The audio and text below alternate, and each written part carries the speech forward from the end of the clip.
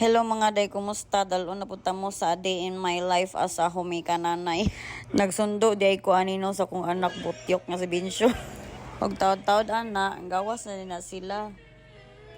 Dagan-dagan gina siya padulong sa kuha mga day, makakita na siya sa kuha mga day, kada sundo gina siya mga day. O karon nga adlaw mga day, ilaho wani siya mahalay nga.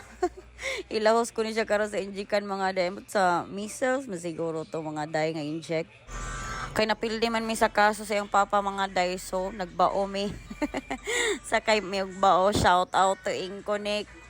Salamat kay sa paghatin sa Ondo Inconik. Mahapit day mi diri sa crossing mga day, crossing diri pa Busco kay pa-inject lagi mi kay gitawagan man mi sa BHW diri sa Dulugon mga day nga naalagi daw ko na inject para sa mga bata.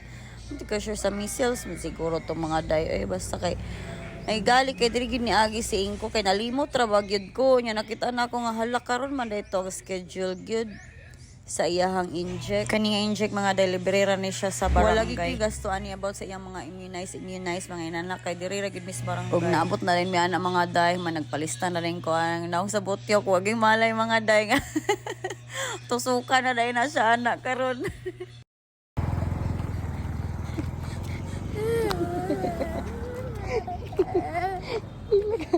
Baklay mga dahi kay pildi na pagmiskaso karon yung papa kay nasa lublakan. Sakitan og inject. So sabi 7-Eleven mga dahi para matambalan niyang kaguol. Hapit sa dami sa GCash kadali kay naami send sa bookkeeper na mo mga kanila gatong obligasyon every quarter. Niya kurakuton rabas gobyerno. Hay. Muna ni day pag-abot 7-Eleven ay pa siya ni undang og hilak-hilak day.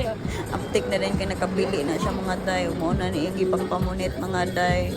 Skama na sa dagmama after ani ni hapit na pud gihapon mi sa Mr. DIY mga day nabudol na sa dang yung mama dito. Saman.